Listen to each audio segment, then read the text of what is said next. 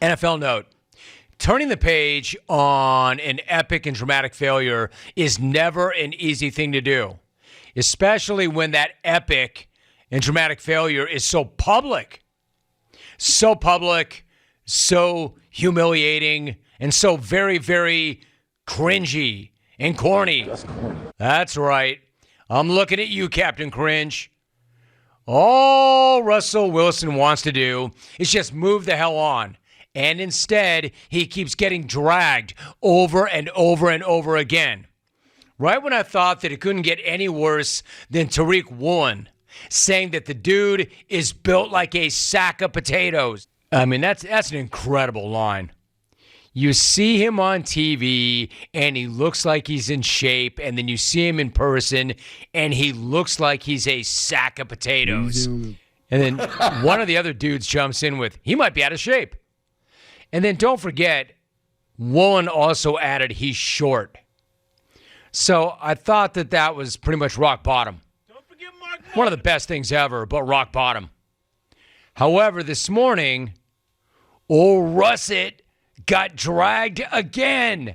There's a brand new piece in The Athletic, which basically revealed that as horrible as everything looked in Denver last night, it was even worse than that, even cheesier than that, even cornier than that, even cringier than that.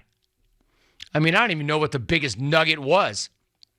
Maybe the biggest headline was the nugget from February. In fact, why don't we start right there? AKA before the sack of potatoes landed in Denver when he was still, hey, Seattling, instead of Broncos countrying. Broncos country. It's when he attempted to storm the palace with this attempted coup.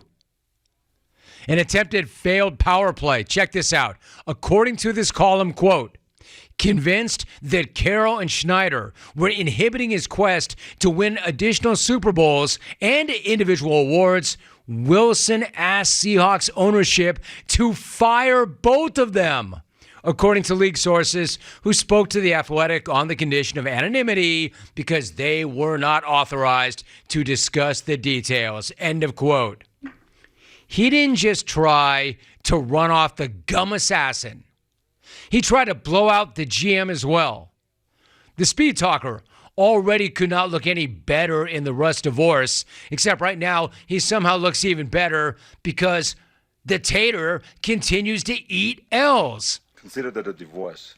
I mean, obviously, Seahawk brass sided with Carroll and Schneider, which led to the incredibly awkward and even less effective partnership of Cringerous and Nate Can't Hack It, whose first mistake in a long, long list of mistakes was letting the tuber have his own office. A guy who says he's all about the team, a team-first guy, a locker room guy, doesn't even go into the locker room. Make that make sense. The sack of potatoes does nobody any good acting like he's better than the rest of them by separating himself from the rest of them and just kicking it on the second floor. And no, I don't need to hear that song. Bad enough to be pulling this crap, but if you're going to pull this crap, you better make it to the postseason and you better make a deep run. Instead, they end up going 5-12. They have arguably their worst or most disappointing season ever, and the coach doesn't even make it out of his first season, largely because that coach let Russ do whatever the hell Russ wanted to do. Let's ride. Yeah, let's ride. Broncos country. Let's ride. Let's ride your ass back down to the locker room where you belong. Broncos country. Because you know Sean Payton's not going to tolerate any of that crap. He's not going to tolerate any of Russ's cringy, corny, cheesy crap either. You know, like also according to this column, rolling with his own QB coach, rolling with his own nutritionist, and rolling with his own physical therapist. And they were all on property. They were all inside the facility. And if he has his own nutritionist, why does he look like, quote, a sack of potatoes? And if he has his own quarterback coach, why did he play like crap? And if he has his own quarterback coach, who is he listening to? That guy or the actual quarterback coach employed by the team, or more importantly, the actual head coach. In fact, you know what? Personally, I'm shocked that Russ didn't just bring in his own head coach.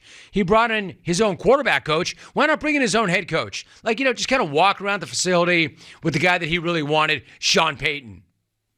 I'm surprised Russ didn't bring in his own team. No, I don't mean like a team of his own personal people. I mean like 52 other dudes that he handpicked. His own team. Hey, back to the office. So he's got his own office. But I will say this, he did use the office, and he did put that office to use. He actually used the hell out of the office. According to The Athletic, he was drawing up his own plays. He even called his own offensive meetings, but he did so on Tuesdays. As everybody knows, Tuesday is the one day a week that NFLers get off on game weeks. Yet he's bringing these guys in on Tuesdays. Because who doesn't love to sit through long, corny, ineffective, self-absorbed meetings on their off days? But the worst part was the film Russ was showing in these meetings. Because there wasn't very much Bronco tape, apparently he was breaking down Seahawk film. Or more accurately, Seahawks highlights. His own Seahawks highlights. Quote, it was kind of like he was going down memory lane with stuff that he had done in Seattle, said one offensive player. It was some very strange weeks, end of quote. Yeah, I'd say it was pretty strange, pretty sad, and even more than sad, pretty cringe. I mean, there were some pretty horrendous moments from the very brief Nate Can't Hack It era. But I got to say, one of my favorite ones was Bronco fans sarcastically counting down the play clock to clown the fact that the offense could not get snaps off in time. Or maybe they were actually trying to help. Turns out, Russ had his fingerlings. Alvin, where's the ding? Thank you. Russ Spud, mashed, had his fingerlings all over that too. We all thought that Nate Can't Hack It just couldn't get the plays in on time. But according to these sources from The Athletic, Can't Hack It was getting the plays in plenty of time. The problem was, reportedly, Cringerous was going Cringerous in the huddle and giving pep talks along with the play calls. Quote, mostly in the beginning, Wilson would give us a motivational speech to get us going before the play, Judy said. Quote, I don't think he would say anything extra or anything unnecessary. He would give us the call and some motivational words and a little something extra like, get this block. But I don't think it was nothing long-winded. Yeah, well, apparently it was long-winded enough that delay of games became such a big thing that Bronco fans had to count down the play clock. So he must have been giving pretty long-winded speeches. Dude was probably like, yo, fellas. Hey, fellas, let's ride. No, he was like, hey, fellas, it's not how many times you get knocked down. It's how many times you get up. Yo, fellas, listen. Winners never quit. Quitters never win. When life gives you lemons, make lemonade. Oh, and turn chicken bleep into chicken salad. Green, right, X, shift, Viper. Timeout. Call timeout, Mike. Call timeout, Russet.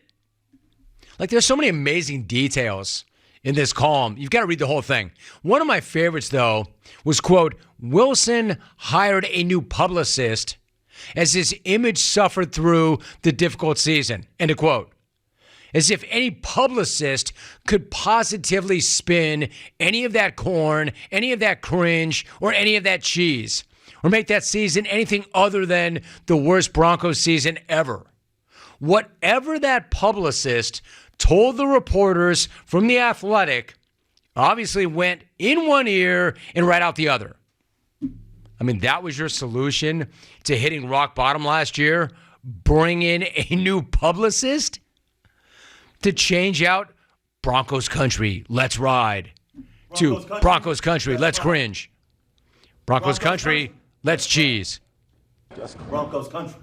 Let's corn. Broncos country, let's cheese. Let's ride. Listen, if anybody can de-cringe, D corn or D cheese, the sack of potatoes that is russet, it's Sean Payton. Notice I said if anyone can, because I'm not sure at this point anyone can. Just as I don't know when all of this corn and cringe is going to come to an end with cringerous. But speaking for myself, I hope the answer is never, because I simply cannot get enough. Sack of potatoes, let's cringe. Broncos country, let's ride. Russet Broncos country. probably asked for a team name. Broncos country. Let's ride. Hey, Nate, can we just change the name to the Denver Russets? The Denver Fingerlings? Hey, maybe actually. The Denver Yukon Golds? It may be the Denver Scallops. Maybe we could actually just move the team to Idaho and then become the Idaho Russets. Play exclusively in the Potato Bowl. Russet? He puts the A in team. A is in awkward. Man, how pumped do you think Pete Carroll is right about now? Pete Carroll must have been so tired of Russ's bleep and wanted him out of Seattle so fast. He would have rather started Jim, what's your deal? Harbaugh as his quarterback. What's my deal? What's my deal? I got a diva for a QB who wants to sit on my chair in my office, who wants to get me fired and the GM. That's my deal. I mean, don't get me wrong. This dude's still a Hall of Famer. Well, as of right now. But instead of a yellow jacket, you know what they should do? They should fit him with an upside-down burlap sack with holes for sleeves.